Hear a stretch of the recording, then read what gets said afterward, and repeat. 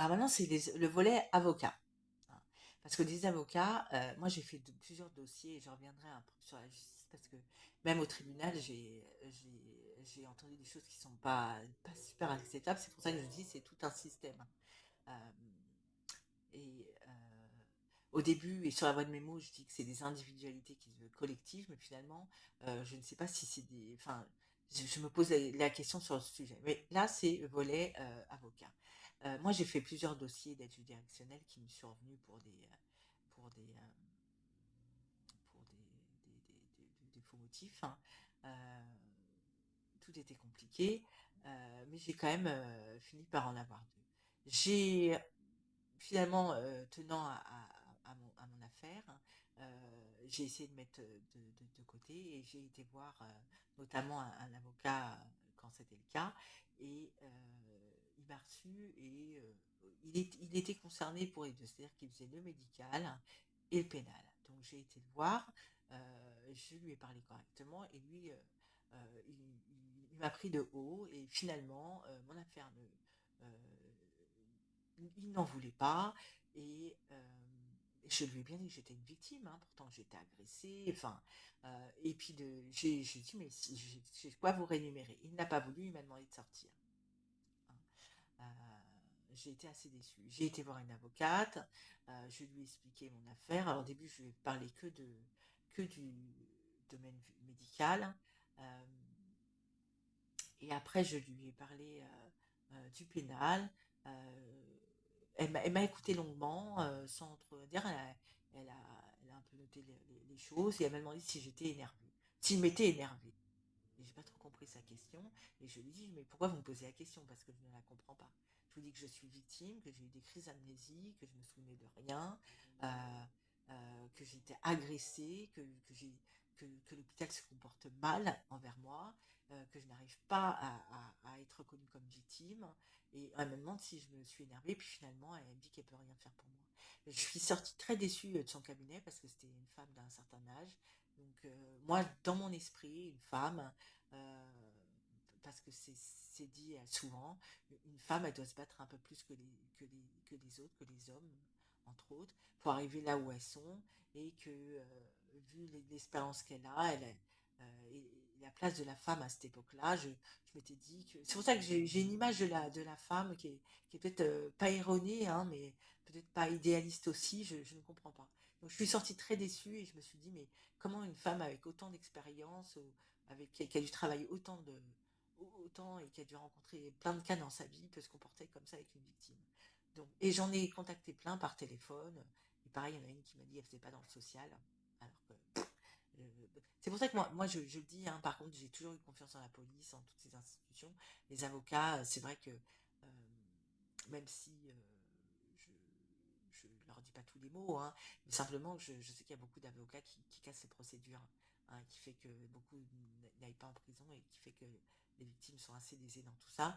Donc bon, euh, quand on ne fait pas dans le social, on fait dans la criminalité, hein. Donc j'ai été très déçue aussi. J'ai quand même assez halluciné sur ce fait. J'ai contacté d'autres personnes qui, oui, m'ont fait un peu comprendre la même chose. Il y en a qu'une, hein, que j'ai appelé, je me suis déplacée, elle n'était pas là. J'ai dû appeler et bon, elle m'a dit que, enfin, sa secrétaire m'a dit elle était très occupée, elle n'aurait pas le temps de s'occuper de mon dossier. Voilà, c'est la seule, hein. Sinon, j'ai dû appeler une dizaine, hein. Il n'y a rien. Donc après, il y a avec insistance, j'ai finalement, il y a finalement une avocate qui a été désignée sur mon affaire.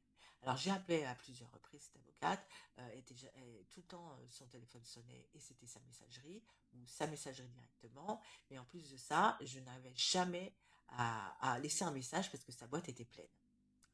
Donc après, j'ai eu un rendez-vous avec insistance, mais elle l'a annulé au dernier moment alors que j'étais sur le trajet. Et par la suite, il y a eu les vacances. Après, j'ai insisté encore et encore pour avoir un rendez-vous. Et pareil, là, j'ai eu un rendez-vous et cette personne m'a rencontré. Et c'est là que j'ai entendu le premier voilà. Enfin, c'est pas le premier voilà parce que c'est pas le voilà qui me dérange. C'est la façon qu'on le dit et la façon qu'on l'emploie, hein. Et donc, je lui ai expliqué que j'étais victime. Je lui ai ramené un dossier d'ailleurs. C'est pareil, j'ai fait un enregistrement où j'ai bien démontré, le soir même où je l'ai rencontré, pour bien démontrer que mon dossier était très clair, euh, très, très, très structuré. Et donc, elle m'a reçu, ça a duré 30 minutes. Elle m'a dit 30 fois voilà. Et je lui ai parlé donc du dominical, je lui ai dit la façon qu'on m'avait traitée, hein, qui est quand même inhumaine pour un hôpital, hein. Et je lui ai dit que j'avais très mal au cerveau. Et du coup, elle m'a dit oui, mais moi, j'ai mal à la tête, hein. Alors, je suis un peu tombée des nues. Je lui ai parlé de mon histoire pénale parce que je lui ai dit que j'étais victime. Elle en avait rien à faire, vraiment rien à faire. Et, en plus de ça, donc le rendez-vous était pour une première approche et pour lui ramener des documents. Les documents, elle en a pris un ou deux et c'est tout. Elle n'a rien pris d'autre. Et d'ailleurs, je lui ai dit, mais pourquoi vous prenez pas les documents? Sauf que moi, j'ai pris du temps pour les faire des photocopies, pour qu'elle puisse les garder, hein, sachant que je lui avais envoyé par mail, mais par mail, ça l'intéressait pas. Il fallait que je lui remette en main propre, hein. Donc, je m'étais déplacée exprès pour ça. Et finalement, elle a pris deux ou trois documents et c'est tout, hein. Et finalement, pour me dire qu'elle s'occupait pas de mon affaire et de et j'étais très très franchement très déçue et même assez hallucinée quand même. Parce qu'en plus de ça, moi je lui dis que je suis victime, que j'ai été agressée, que j'ai mal, que je souffre, hein, que je parle de cerveau, que je lui montre des rapports médicaux qui ne sont tous sauf la normalité. Et en pleine nuit, parce qu'il était tard, hein, il était tard, je me rappelle, il faisait déjà pratiquement nuit, et je me suis retrouvée à l'autre bout d'où j'habitais, en souffrance, et devoir rentrer. Et d'ailleurs, je me rappelle très bien que il était très tard et que je n'arrivais pas à avoir un hôtel, hein, un hôtel, et du coup, euh, c'est ma fille qui m'a payé l'hôtel, hein, parce que c'est pareil, sur le chemin en voulant avoir un hôtel, j'ai rencontré quelques difficultés. Donc ça, c'est pour le volet avocat. C'est-à-dire que c'est pour ça que c'est un dysfonctionnement dans un fonctionnement, parce que quand il y a l'affaire, on est en plein affaire de Madame Pellicot qui passe en procès, ces avocats se comportent correctement et ils ont pleine conscience que la femme qu'ils défendent est une victime. C'est ça. Ça veut dire que tout ce système, il démontre que la justice, toutes ces choses qui sont établies et on nous demande de croire, c'est pour certains et pas d'autres. Que moi, il m'arrivait pratiquement la même chose. C'est pas tout à fait la même chose, mais ça lui ressemble beaucoup. Et moi, on me traite pas comme une victime. Elle, on la traite comme victime. Ce qui est tout à fait normal.